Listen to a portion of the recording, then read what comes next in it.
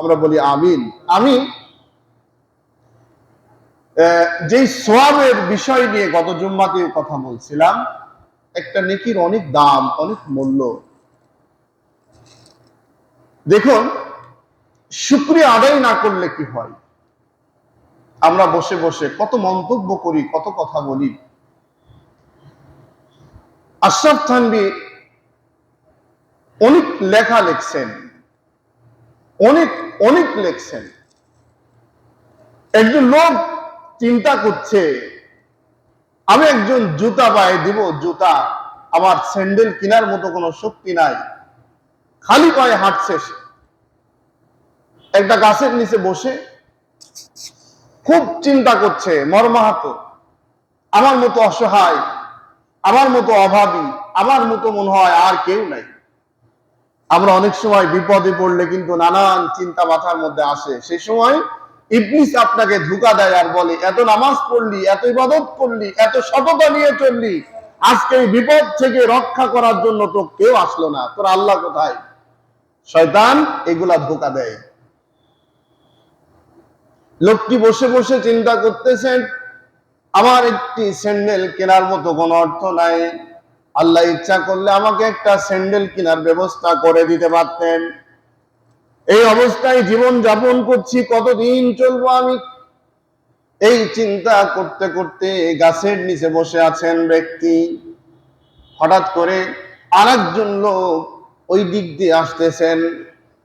তার দুইটা হাত নাই, দুইটা পা নাই, গড়া গড়া, গরম দিতে দিতে এসে মানুষের কাছে ভিক্ষা করতেছে। বিভিন্ন সময় দেখবেন রাস্তাতে এমন লোক আছে, নাই বলেন? দুই হাতও নাই, দুই পাও নাই। এমন সময় লোকটির বিবেক খুলে গিয়ে বললেন, রব্বুল আলামিন, আমার তো পা দিয়েছো, হাত দিয়েছো, অঙ্গ পতঙ্গ সবগুলা তুমি দিয়েছো। আমি চিন্তা করতেছি বসে বসে, আমি খালি পায়ে চলতেছি, আমার একটা স্যান্ডেল নাই, জুতা নাই, আমি মানুষদের মধ্যে চলাফেরা করি, এই অবস্থায় লজ্জা বোধ করছি আমি। কিন্তু রব্বুল আলামিন, যে লোকটিকে আমি দেখলাম, এই লোকটার দুইটা হাতও নাই, দুইটা পাও নাই। রব্বুল আলামিন, ওর চাইতে তুমি আমাকে লক্ষ কোটি গুণ তুমি ভালো রেখেছো। সুবহানাল্লাহ। এই বিবেকটি, এই অনুভূতি আমাদের কিন্তু হতে হবে। কারণ আমরা যখন যেখানে বসি, বসলে আমার নিয়ে ভাবার কোনো সুযোগ আমি পাই না, আমি শুধু অন্যেরটা নিয়ে আলোচনা করি। আমার ভাইয়েরা, সওয়াব কি প্রয়োজন হবে? কিয়ামতের দিন, মুসিবতের সময়। গত জুম্মায় যেখান থেকে আলোচনা শেষ করছিলাম মনে আছে আপনাদের? মাটির নিচে তামা, উপরে মাথার উপরে সূর্য তাপ দিতে থাকবে, যখন পাপিষ্ঠরা মগজগুলা টকবক টকবক করে ফুটতে থাকবে। দুইটা গ্রুপ হয়ে যাবে, ডান পক্ষ এবং বাম পক্ষ। ডান পক্ষরা কতই না আনন্দিত, আর বাম পক্ষের লোকেরা কতই না দুর্ভাগ্য। বাম দিকে যারা থাকবে, এই বাম হাতের কার্যক্রম মেনে যারা চলবে। বাম হাতের কার্যক্রম কেমন? যত রকম অবৈধ শয়তানি কার্যক্রম দুনিয়ার মধ্যে আছে, সমস্ত কার্যক্রম গুলা হলো বাম হাতপন্থী। বামপন্থীদের শয়তানকে খুশি করা ব্যতীত কিছুই না। আর ডানপন্থী যারা, কোরআনে কারিমের মধ্যে রাস্তা হলো দুইটা, একটা হলো হিজবুশ শয়তান, আর একটা হলো হিজবুল্লাহ। একটা হলো আল্লাহর রাস্তা, আর একটা হলো শয়তানের রাস্তা। আমাকে আপনাকে চিন্তা করে বেছে নিতে হবে, আমি শয়তানকে অনুসরণ করে চলতে চাই না আল্লাহকে অনুসরণ করে আমি চলতে চাই। এই দুইটা বাছার জন্য আল্লাহ উত্তম একটা আপনাকে বিবেক দিয়েছেন। এই বিবেক দিয়ে আপনি বাছাই করুন।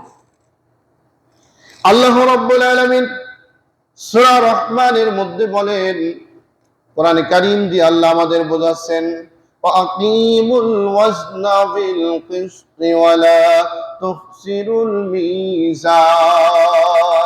এই যে মিজান, আমরা জানি আল্লাহ কিয়ামতের দিন আপনার নেকি, আপনার আমল, আপনার ভালো আমল হোক আর খারাপ আমল হোক, এটাকে আল্লাহ ওজন করবেন এটা আপনাকে আল্লাহ রাব্বুল আলামিন দেখিয়ে দিবেন। আল্লাহ গৌফিল মিজান, মিজানের পাল্লা দাঁড় করবেন। এই দাঁড় করে আপনাকে ওজন দেওয়া হবে। তার মানে হলো এই ওজনটা কিন্তু আমরা মনে করি অনেকেই দাঁড়ি পাল্লা। এটা হলো দাঁড়ি পাল্লা এমন না, আপনাকে দাঁড়ি তুলে দেওয়া হবে সেটা না, আবার আরেকজনকে দাঁড়ি তুলে দিয়ে আপনাকে যাচাই করবে এটা না। এটা হলো ইনসাফ। আপনার বিবেক, আপনার বিবেকের যে ইনসাফ, আপনি ভাবুন, চিন্তা করুন, দেখুন এটা ভালো এটা মন্দ, এই ইনসাফকে পার্থক্য করার জন্য মিজান প্রয়োজন। মিজান হলো মাপ কাঠি, সত্যের একটি মাপকাঠি আপনাকে পার্থক্য করার জন্য। যেমন কি দেখুন, আপনি একটা চোর চুরি করলো, ধরা পড়লো। চোর চুরি করার পরে ধরা পড়ছে, সে কোন মাপে চুরি করছে, এই চুরি অনুযায়ী আপনাকে যদি সত্য বিচার করতে হয়, এই কোরআনে কারিমের কাছে যদি আসেন, এটাকে যদি আপনি মিজান মনে করেন, এই কোরআনে কারিম দিয়ে আপনি সিদ্ধান্ত যদি দিতে চান, তাহলে এই চোরের কি হবে, এখন হাত কাটতে হবে কিনা, আঙ্গুল কাটতে হবে কিনা, তাকে ফাঁসি দিতে হবে কিনা, তাকে কোন পর্যায়ে রায় দিতে হবে, এই কোরআন আপনাকে বলে দেবে। এটা হলো মিজান।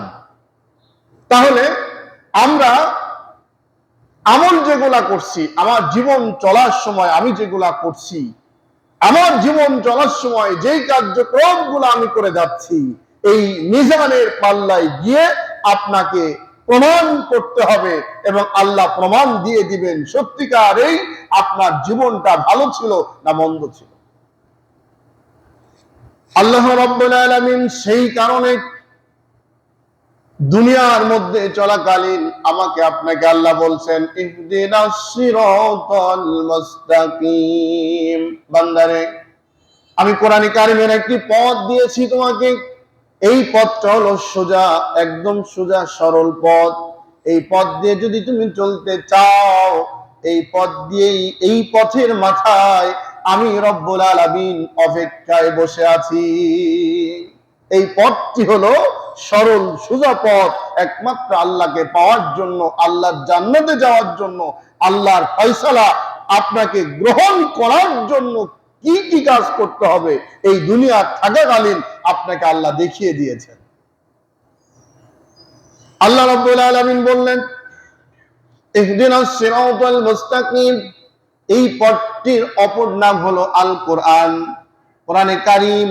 আল্লাহ রাব্বুল আলামিন আমাকে আপনাকে যখন দিয়েছেন, এই কোরআনে কারীম আপনাকে পরিচালনা করার জন্য, দিক নির্দেশনা দেওয়ার জন্য এমন কোনো ধাপ নাই, রাস্তা নাই যেই কাজটি আল্লাহ রাব্বুল আলামিন দিতে ভুলে গিয়েছিল। এমন কি হয়নি যে এই সমাধানটা আমি দিব, এই সমাধান পাচ্ছি না, এমন হয়নি। অথচ এই সমাধান থেকে আমরা দূরে সরে যাচ্ছি। দেখুন, ইমাম মালিক তার জীবনের একটি ঘটনা দেখুন। সেই সময় একজন বিশিষ্ট মহিলা ইন্তেকাল করেছেন। মহিলারা যখন মারা যায়, পুরুষটা মারা যায়, আমরা যখন মারা যাই, যাওয়ার সময় ধোয়ানোর জন্য কিছু লোক যায় কিনা বলেন? ধোয়ানোর জন্য উত্তম পন্থায় লোক গেল, আমরা সমাজে বেছে নিলাম, এরা লাশ ধোয়ায়। এমন ওই মহিলাটা মারা যাওয়ার পরে মহিলাকে ধোয়াতে গেলেন। মহিলাকে ধোয়ানোর সময় মহিলাটি চিন্তা করতেছেন, পর্দার ভিতরে ঢোকে, আহারে সুন্দর যৌবন, এত চমৎকার তোমার চেহারা আল্লাহ দিয়েছিল, কিন্তু আমার চোখ দিয়ে আমি দেখেছি একদিন গাড়ির মধ্যে যাওয়ার সময়, একটা রিক্সা বলেন, ভ্যান বলেন, আর যে কোনো গাড়ির মধ্যে যাওয়ার সময় একজন পর পুরুষের সাথে আমি এই মহিলাকে যাওয়ার জন্য আমি নিজেই দেখেছিলাম। আজকে সেই মহিলার ধুতে ইসলাম আমি, এই মহিলাই সেই মহিলা যেই মহিলাকে অন্য একটি পর পুরুষকে নিয়ে আমি যেতে দেখছি। এই চিন্তা করছে ওই মহিলা কার সামনে? লাশের উপরে হাত দিয়ে ধোয়ানোর সময়। বিষয়টা ভালো বোঝেন। লাশ কি বুঝতে পারলো বলেন? লাশ কি শুনতে পাচ্ছে? আর শুনতে পাচ্ছে না। কিন্তু ভাইয়েরা, আমাদের শিক্ষা রয়েছে এই কথার মধ্যে অনেকটা। এই লাশটি ধোয়ানোর সময় মহিলা যখন সাবান দিক আর পানি দিয়ে ডলাডলি করছে, এমন সময় বারবার এই ভিতরটার মধ্যে যখন কল্পনা হচ্ছে, চিন্তা হচ্ছে, কাউকে বলতে পারে না। এখন যদি আমি বলি তাহলে তো আমার অস্তিত্বই থাকবে না। কিন্তু এই মহিলা সেই মহিলা, যেই মহিলাটা একটা পর পুরুষের সাথে আমি দেখেছিলাম, কিন্তু সেই মহিলাকে আগে জানলে ধুতে তো আসতাম না। এমন অনেক চিন্তা ভাবনা যখন ভিতরে হচ্ছে, অকল্পনা হচ্ছে, কল্পনা হচ্ছে, হওয়ার সময় হাতটা তার শরীরের মধ্যে সমস্ত বডি যখন ধোয়ানো হলো, রানের উপরে যখন হাতটা গিয়েছে, এই রানের সাথে হাতটা যাওয়ার সাথে সাথে এই হাতটা ওই শরীরের সঙ্গে অ্যাডজাস্ট হয়েছে, হাতটা আর খুলতে পারতেছে না, আর হাত খুলছে না, এই লাশের সাথে তার হাতটা লেগে গেছে। এমন অবস্থায় আওয়াজ শুরু করলো, চিল্লা পাল্লা শুরু করে দিল। কি হলো? লোকেরা জিজ্ঞাসা করলো কি হয়েছে? বললো আমার হাতটা আর খুলছে না। কারণ কি? বললো খুলছে না কেন? অনেক চেষ্টা করছে, অনেকেই গিয়ে হাতটা খুলছে না। না করার পরে এমন অবস্থা দেখে ইমাম সাহেবকে ডাকা হলো, আলেম ওলামাকে ডাকা হলো। আলেমরা সমাধান দিতে পারছে না, কারণটা কি জানি না। এমন জীবনে কোনোদিন দেখি নাই, আমরাও কোনোদিন এমন শুনি নাই। শুনছি বলেন? এমন শুনি নাই। এই ঘটনা যখন এলাকার মধ্যে ছড়ে গেল, ওই সময় সবচেয়ে বড় আলেম যিনি ছিল, তিনি হলো ইমাম মালিক রাদিয়াল্লাহু। ইমাম মালিক ছিলেন সবচেয়ে বড় একজন শ্রেষ্ঠ আলেম। লোকেরা বললেন হুজুরকে ডাকো, ইমামকে ডেকে আনো, ইমাম মালিককে ডেকে আনো। ডেকে আনলেন। আনার পরে মহিলা জিজ্ঞাসা করা হচ্ছে, পর্দার আড়াল থেকে জিজ্ঞাসা চলছে। মহিলা ওই লাশের উপর থেকে হাত ছাড়ানোর কোনো সুযোগ আর নাই।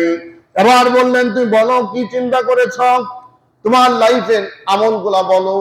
সব আমলগুলা বলেছেন, কোন আমলের সাথে মিল হচ্ছে না। এবার বললেন তুমি সত্যিকারে বলো, এই লাশ ধোয়ানোর সময় তুমি কি পরিকল্পনাগুলা এই ভিতরের মধ্যে চিন্তা করেছিলে বলো। এবার মহিলা বলতেছেন আমি চিন্তা করছিলাম এইটা, আমি আজকে এমন একটি মহিলাকে ধুতে আসছি, ধোয়ানোর জন্য, গোসল দেওয়ার জন্য আসছি, যে মহিলাটা হলো আমার স্বচক্ষে দেখছিলাম একটি পর পুরুষের সাথে এই রিক্সা, ভ্যান বা গাড়ির মধ্যে করে আসছিল, এই সেই মহিলা। এবার ইমাম মালিক বললেন ঠিক আছে, লোকদেরকে ডাকো। আত্মীয় স্বজনদের ডাকা হলো। ডাকার পরে ঘটনা উত্থাপন করা হলো। আল্লাহ রাব্বুল আলামিন কোরআনে কারীমের মধ্যে কাদের সাথে বিয়ে করা জায়েজ আর কাদের সাথে বিয়ে করা হারাম, সম্পূর্ণ বিষয়টা কোরআনে কারীমের মধ্যে আল্লাহ ভাগ করে দিয়েছে। জান নাই? বলে কার সাথে বিয়ে করা যাবে, কার সাথে বিয়ে করা যাবে না, কার সাথে মেয়ের পক্ষ, ছেলের পক্ষ ইত্যাদি সব বিষয়গুলা আল্লাহ সমাধান দিয়েছেন কোরআনের মধ্যে। সুবহানাল্লাহ। এমন কোন কাজ নাই যে কাজটা আল্লাহ রাব্বুল আলামিন কোরআনে দেন নাই। জিজ্ঞাসা করলেন এই ছেলেটা কে ছিল? ওই ছেলেটা ছিল ওনার বোনের ছেলে। তার মানে বোনের ছেলের সঙ্গে খালার বিয়ে করা জায়েজ না হারাম? হারাম না? বলেন হারাম।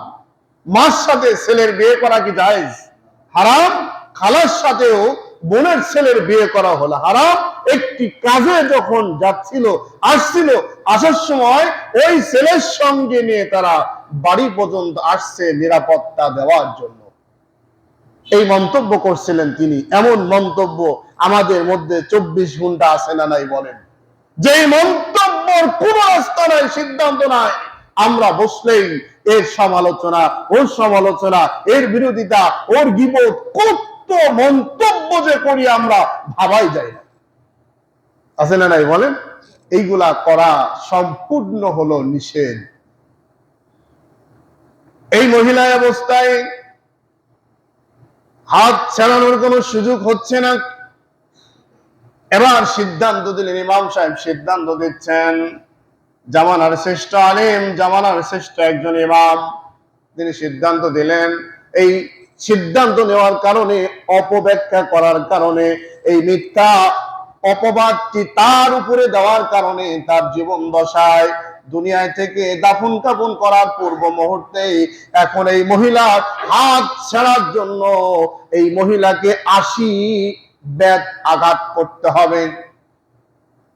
80টি বেত এখন এই মহিলাকে মারতে হবে। 80টা বেত মারবে কে? শরীরে যাদের শক্তি আছে, শক্তিশালী মানুষ দিয়ে, মহিলা দিয়ে এই মহিলাকে মারা হবে 80টি বেত। যে হলো লাশ ধোয়াচ্ছেন ওনাকে, হাত ছেড়ছে না, হাত লেগে আছে, এই মহিলাকে মারা হবে। শুরু হলো মারা। ইমাম বসে আছেন, 80টা বেত মারা যখন 70 পার হয়ে গেল, হাত ছেড়ে না। 71, 72, 73 চলতেছে, হাত ছাড়ে না। 79টা যখন হয়ে গেল, এখন নিজেরা আবার বসলেন। কি ব্যাপার ইমাম, 80টা আর একটা হলে 80টা হয়ে যায়, এখন পর্যন্ত হাত ছাড়লো না, কারণটা কি? উনি গভীর বিশ্বাস দিয়ে বললেন, কোরআনে কারীম আমি যতটুকু পড়ছি, আল্লাহ রাব্বুল আলামিন কোন মিথ্যা কথা কোরআনে বলতে পারে না, কোন মিথ্যা কথা কোরআনের মধ্যে হতেই পারে না। আমি নির্দ্বিধায় পরিষ্কারভাবে বিশ্বাস করি আল্লাহ রাব্বুল আলামিন এই বিচারটা সুস্থভাবে আজকে করে দিবে। তাহলে এখনো হাত ছাড়ছে না কেন? সমস্ত মানুষগুলা সরাসরি হয়ে গেল, উত্তেজনা শুরু হয়ে গেল। আল্লাহ রাব্বুল আলামিনের যে বিধানটা কোরআনে কারীমের মধ্যে দিয়েছেন, এই প্রত্যেকটা বিধানের উপরে আমার আপনার 100% ঈমান না থাকার কারণে আমরা দোয়া করি, এখন এই দোয়ার সমাধান পাই মৃত্যুর পরে বা আগে হয় না। ঠিক না বলেন? দোয়া কবুল হতে চায় না। কিন্তু ইমাম মালিক এমন নয়, 4 জন ইমামের মধ্যে ইমাম মালিক একজন জবরদস্ত একজন আলেম, বিশ্বাস নিয়ে তখন বললেন, ও আল্লাহর বান্দারা শোনো, আল্লাহর পরে আমি তাওয়াক্কাল করে বলতেছি, 80টা বেত মারার সাথে সাথে এই মহিলার হাত তখন খুলে যাবে। সুবহানাল্লাহ। এবার একটা বেত আছে, বলল ঠিক আছে, মজবুত করে মারো। মজবুত করে যখন এই ব্যক্তি আঘাত করা হলো, 80টা পুরা হয়ে গেল, মহিলার হাতটা ওখান থেকে উঠে আসলো। সুবহানাল্লাহ। এখন বলুন, এই যে প্রতিনিয়ত আমার আপনার ভিতরকে যে কল্পনাগুলা করি আমরা মানুষকে নিয়ে, অনেক কল্পনাগুলা এবং যে গীবতগুলা করি, সমালোচনা গুলা করি, পর নিন্দা যেগুলা করি, অনেকটার সাথে উনি যাবেই না। আছে না নাই বলেন? আপনি যখন কারো সমালোচনায় লিপ্ত হবেন, গীবত করবেন, মিথ্যা অপবাদ যখন তারপরে চাপিয়ে দিবেন, সর্বপ্রথম আপনার জীবনের আমলগুলা তার আমলে চলে যাবে, আর ওর জীবনের গুণাগুলা আপনার আমলের মধ্যে আল্লাহ দিয়ে দিবে। এটা হলো শুরু হলো, কিন্তু এখনো শেষ কিন্তু হয়নি। তাহলে এই খারাপ মন্তব্য, মিথ্যা, চগলখোর এবং এই জাতীয় কার্যক্রম থেকে আমাদের দূরে থাকা দরকার আছে না নাই বলেন? এগুলা দূরে থাকতে হবে আমাদের, এই কাজ কখনো করা যাবে না। আল্লাহ রাব্বুল আলামিন মিজানের কথা বললেন কেন? আল্লাহ তাতগাউ ফিল মিজান। আল্লাহ রাব্বুল আলামিন মাপকাঠি, সত্যের মেরুদণ্ড, মাপকাঠি, আমার আপনার জীবনের আমলগুলা, ভালো এবং মন্দগুলা পৃথিবীর কোন মানুষ যদি না জানে, সর্বপ্রথম যিনি জানেন তিনি হল আল্লাহ। কে জানে বলেন? আল্লাহ রাব্বুল আলামিনকে ফাঁকি দেওয়া যায় বলেন? সব লোককে ফাঁকি দেওয়া যায়, আল্লাহ রাব্বুল আলামিনকে ফাঁকি দেওয়া যায় না। আমরা এখানে যত মানুষ বসে আছি, প্রত্যেকটা ব্যক্তির মধ্যে আমাদের কল্পনা আছে না নাই বলেন?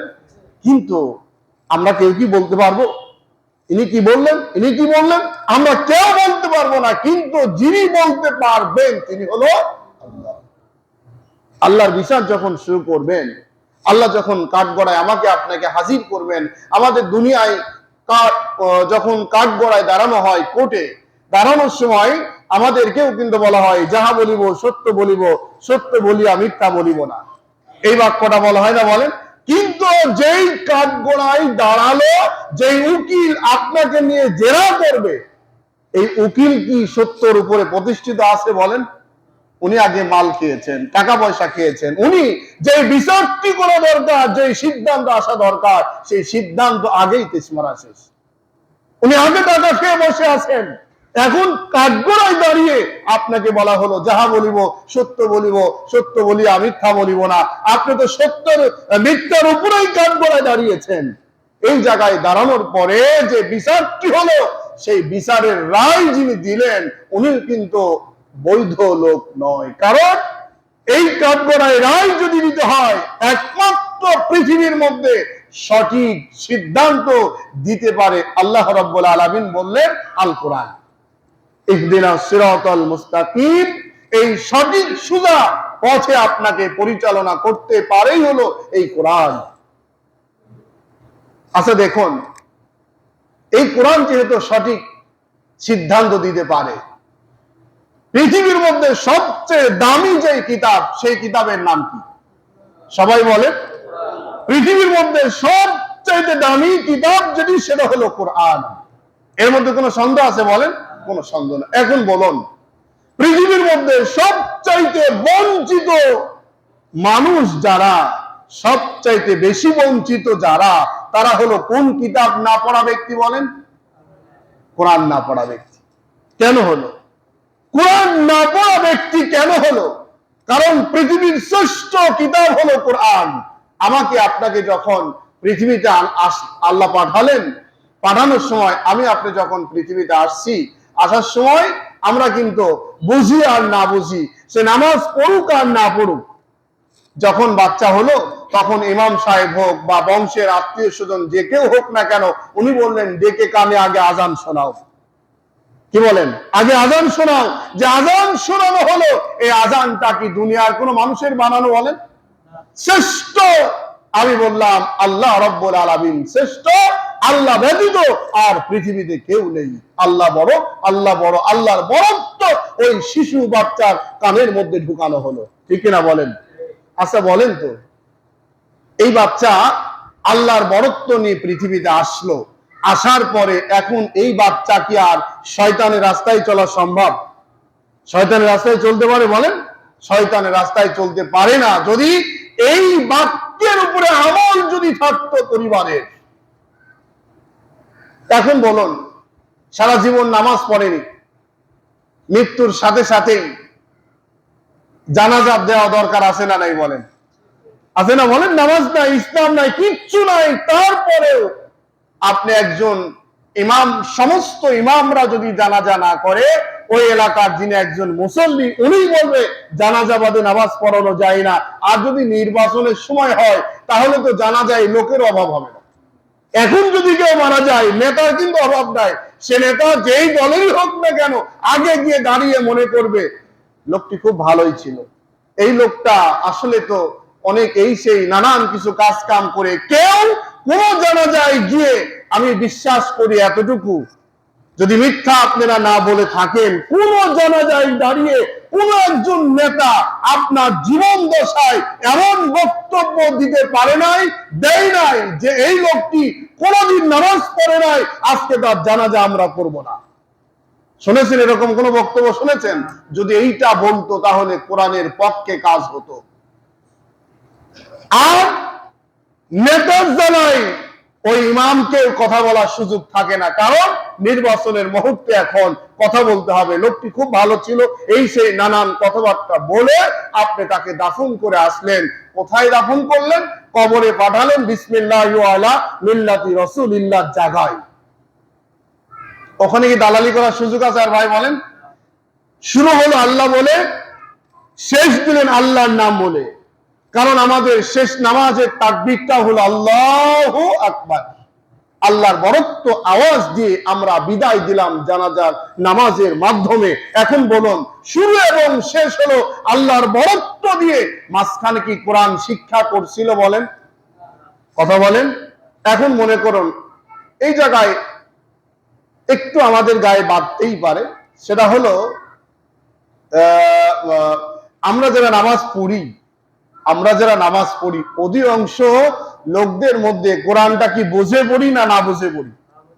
ভাই বলেন। আমরা অনেকেই কোরআন শিখতে হবে এটা কিন্তু আমরা মনে করি না। কি বলেন? কোরআন শিখতে হবে এটা মনে করি না। আমরা মনে করি আপনার শিশু বাচ্চা যখন পৃথিবীতে আসবে, ওনাকে আপনি বলতে হবে হাতের ইংলিশটা শেখানো লাগবে, চোখের ইংলিশ শেখানো লাগবে। আপনি ওই পরিবার যদি উন্নত হয়ে থাকে তাহলে তাকে সারে গামা গান শেখানো লাগবে। নানান ভাবে কনসার্টের মধ্যে দিয়ে আপনার শিশু বাচ্চাটাকে আপনি বিকৃত করে ফেলেছেন ইবলিসের রাস্তায় দিয়ে। সত্য কিনা বলেন? এই ছেলে মাস্টার্স পাস করলো, এমবিবিএস ডাক্তার হলো, এসএসসি পাস করলো, এরপরে গিয়ে কি আলিফ বা তা সা জিম হা খ এগুলা পড়তে পারবে বলেন? যখন পড়া দরকার ছিল আপনি শিখান, জেনারেল পড়াশোনা করান, ইংরেজি, বাংলা, অঙ্ক, যত শিক্ষা আছে সবগুলা শিখান, অসুবিধা নাই। কিন্তু আগে দরকার কোনটা? যেটা আল্লাহর বরত্ব কানে দিয়েছেন এবং শেষ মুহূর্তে যেটা আল্লাহর বরত্ব দিয়ে বিদায় দিবেন, এটা হলো আগে দরকার ছিল। আরেকটি বিষয়, গানের যেই বাজনা, গানের যে এই বাজনা সহ ডুগি তবলা হারমোনি নিয়ে গান শেখানো শুরু হলো। গানের একজন শিক্ষক তার মিনিমাম বেতন হবে 1000 থেকে ঊর্ধ্বে, মিনিমাম বেতন হবে 1000 টাকা, ঠিক না বলেন? এবং প্রাইভেট যারা আমরা পড়াই বাচ্চাদেরকে, তাদের জেনারেল শিক্ষার জন্য অঙ্ক, ইংরেজি, বাংলা, অন্য অন্য সাবজেক্ট গুলা শেখানোর জন্য প্রাইভেট মাস্টারের বেতন মিনিমাম হলো 1000 টাকা। আর আপনার ছেলেকে কোরআন শিক্ষা দিতে হবে মসজিদ মক্তবে গিয়ে, সে জায়গায় দিতে হয় সপ্তাহে 1 পোয়া মুষ্টি চাউল। এরপরে দেখা যায় 90 জন থাকলে 70 জন ঠিক মতো দেয় না, অনিয়ম অবস্থায় চলে। বিশ্বাস করেন এটা? কেন বলেন? তখন তো কোরআন শিখতে যাবে, ওর তো কোনো দাম নাই। এই সময় যে হুজুরদের তো কোনো দাম নাই, এই সময় যে কোরআন শিখবে কোনো মূল্য নাই। এখানে যদি আপনার ছেলে বিভিন্ন জায়গায় গল্প হয়, আমার ছেলে, ওনার ছেলে কিন্তু এমবিবিএস ডাক্তার, ওনার ছেলে কিন্তু অনার্স কমপ্লিট করছে, ওনার ছেলে কিন্তু ইত্যাদি ইত্যাদি বিষয়গুলো শেষে যদি বড় কোনো ডিগ্রি হয়, পিএইচডি, এর তো কোনো কথাই নাই এলাকার মধ্যে, আছে না নাই বলেন? কিন্তু আমার দেশের এই বছরেও আলহামদুলিল্লাহ আমার দেশ প্রত্যেক বছরে পৃথিবীর মানচিত্র থেকে কোরআনের হাফেজ গুলা ফার্স্ট হয়ে যখন বিমানবন্দরে আসে, এলাকায় ঢুকে, রাষ্ট্রের মধ্যে প্রবেশ করে, সেই জাতীয় তাদের সম্বর্ধনা দেওয়ার লোক তো দূরের কথা, কোন চষ্টলে বসে এর আলোচনাই নাই। সত্য কিনা কথা বলেন? কেন? ও কোরআন শিখিছে, আবার কি হতে পারে? বরং যে একজন ইমাম নিয়ে, আলেম নিয়ে, একজন বক্তা নিয়ে তার পিছনের যত সমালোচনা খারাপ দিকে করা হয়, ভালো একটাও খুঁজে পায় না। আছে না নাই বলেন? এই জাতি কিভাবে আল্লাহ তাতগাউফিল মিজান, মিজানের পাল্লায় গিয়ে আল্লাহর কাছে মাপ কাঠি সোজা করে, মেরুদণ্ডকে সোজা দাঁড় করে আল্লাহ জান্নাতে যাওয়ার স্বপ্ন দেখবো আমরা? বলেন ভাইরা, আমাদের বিরুদ্ধেও যদি যায় তাও যাক। এখন দেখুন, আমরা যারা নামাজ পড়তে আসছি, আমরা মুসল্লি, আমরা অধিকাংশ মুসল্লিরাই কিন্তু এই বাংলা বই দেখে দেখে সূরাগুলা ঠিক করলাম, একা একাই শুনে শুনে এই বাংলা বই থেকে সূরাগুলা ঠিক করেছি। আপনি কি পারেন না? এত টাকা পয়সা খরচ হয়, এত জায়গায় যায়, আবার মনে করেন না যে আমাকে দিয়ে আপনাকে হয়তোবা একটা ইনকামের জন্য রাস্তা খুঁজতেছি। না, আমি এই জন্য বলছি না, আমি বলছি আপনার বাঁচার জন্য, আপনার জন্য। আপনি কি পারেন না 24 ঘন্টার মধ্যে আধা ঘন্টা সময় বের করতে, 20 মিনিট সময় বের করতে? যেই সময়টা 24 ঘন্টার মধ্যে আরো যদি 8 ঘন্টা আল্লাহ আপনাকে বাড়িয়ে দিত, তারপরেও আপনি সময়টা শেষ করতে পারতেন না। ঘন্টার পর ঘন্টা চাষতলে বসে গল্প চলে, আড্ডা চলে, বিভিন্ন জায়গায় লুডু খেলা হয়, তাস খেলা হয়, ফ্ল্যাশ খেলা হয়, ক্যারাম খেলা হয় ইত্যাদি। এই সময়ের মধ্যে বাঁচার তাগাদায় আপনি কি 10টা মিনিট বের করে, 20টা মিনিট বের করে আপনার সূরাগুলা ঠিক করতে পারেন না? মাসে 500 টাকা যাই যাক, মাসে আপনার 1000 টাকা খরচ হয় হোক, তাই যদি করতেন তাহলে বিসমিল্লাহি ওয়া আলা মিল্লাতি রাসূলিল্লাহ দাম থাকতো, দাম হতো। ওই জায়গায় গিয়ে নাজাতের একটা রাস্তা খুঁজে পাওয়া যেত। কথা সত্য না বলেন ভাই? তাহলে আমরা যারা এই যে অবস্থার মধ্যে আছি, আমাদের সওয়াব দরকার, নেকি দরকার। মূলত আলোচনার সাবজেক্ট ছিল নেকির বিষয় নিয়ে, নাজাতের বিষয় নিয়ে। তাহলে নাজাত আর নেকি পাওয়ার জন্য আমাকে সহি শুদ্ধ ভাবেই তো আমলগুলাও করতে হবে, ঠিক কিনা বলেন? এজন্য ভাইরা, আমরা দেখা যায় আল্লাহর বরত্ব, পৃথিবীতে আসছি আল্লাহর বরত্ব নিয়ে আবার বিদায় নিচ্ছি।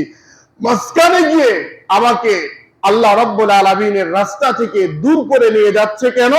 ইয়া আইয়ুহাল্লাযীনা আমানু ইন্নাকা কাদিহুন ইলা রাব্বিকা কাদহান ফামুলাকি। পথে পথে ট্রাফিকের মতো বিভিন্ন জায়গাতে ইবলিস দাঁড়িয়ে থেকে, মানুষ রূপে ইবলিস, সরাসরি ইবলিস শয়তানগুলা দাঁড়িয়ে আমাকে আপনাকে জীবনটা ধ্বংস করে দিচ্ছে, বরবাদ করে দিচ্ছে। আমার চোখের উপরে পর্দা ফেলিয়ে আমাকে বুঝতে দিচ্ছে না কোনটা ভালো এবং কোনটা মন্দ। এজন্য ভাই, অনেকেই বলে না চোখ থাকিতে অন্ধ, চোখ আছে আমার, অন্ধ কিভাবে? এখন মনে করুন এই যে এটা হলো কোরআন, এটা যদি খুলে বলে ভাই এটা একটু শোনাও দেখি ভাই, আমরা এখানে যারা আছি শতকরা কতজন পারবো বলেন ভাই? তাও শতকরা 10 জন পারবো, বা 90 জনই মনে করেন পারলাম, 10 জন পারবো না। তাহলে যেই 10 জন পারলাম না, ওই 10 জন চোখ থাকতে বা কি অন্ধ না বলেন? এই জন্য বলে কি চোখ থাকিতে অন্ধ, যদি বা এই কোরআনটা পড়তে পারি এর অর্থটাও বুঝি না। সত্য কিনা কথা বলেন? এই জন্য ভাইয়েরা, আমি আপনাদের বিনীত অনুরোধ করতে চাই এতটুকু, ভাই জীবনটাকে বরবাদ না করে দিয়ে, আপনি যেই সময়টা নেতার পিছনে দিচ্ছেন, যেই সময়টা আড্ডার পিছনে দিচ্ছেন, যেই সময়টা গল্পের পিছনে দিচ্ছেন, যেই সময়টা চগলখোর, পরনিন্দা, হিংসাত্মক মন মানসিকতা নিয়ে চলছেন, ওই সময়টার মধ্যে থেকে আর 5-10 মিনিট বের করে আপনার জন্য একটু কাজে লাগান, ঠিক কিনা বলেন? এটা আপনার জন্য কাজে লাগান। আপনি এখন থেকে যদি সিদ্ধান্ত নেন আমি সহি শুদ্ধ নামাজ পড়তে চাই, সূরাগুলা শিখতে চাই, কোরআন শিখতে চাই, আপনার পরিকল্পনা থাকে, যদি জেদ থাকে, যদি সিদ্ধান্ত যদি আপনার থাকে, আপনার দ্বারা অসম্ভব কিচ্ছু না। আল্লাহ যেন আমাদের বোঝার তৌফিক দান করে, বলেন আমিন। সম্মানিত উপস্থিতি, এইভাবে আমাদের জীবনটা একটি সময় নিমিষেই শেষ হয়ে যাবে। আমরা পৃথিবী ছেড়ে চলে যাব, জানি না কার কোথায় জানাজা হবে, কার জন্য কোন জানাজা অপেক্ষা করছে, কার জন্য কোন কাপড়, কার জন্য কোন খাদিয়া, কার জন্য কোন মাটি, কার জন্য কোন ব্যক্তির মাধ্যমে বিদায় লগ্নের নামাজ হবে, আল্লাহ ভালো জানেন। অতএব মৃত্যুবরণ করতে হবে, এর মধ্যে কোনো সন্দেহ আছে বলেন? নাই।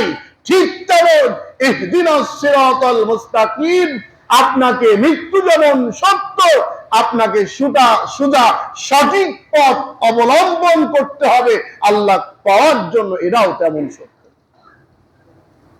এজন্য আল্লাহ যেন আমাদের ভুল ত্রুটিগুলা ক্ষমা করে সঠিক একটা রাস্তার উপরে দাঁড়িয়ে ইহদিনাস সিরাতাল মুস্তাকিমের পথ অনুসরণ করে আল্লাহ যেন আমাদের জীবনটাকে কবুল করে, আমরা বলি আমিন। আখির দাওয়ানা আলহামদুলিল্লাহি রাব্বিল আলামিন। যারা সুন্নাত পড়ে নেই 4 রাকাত সুন্নাত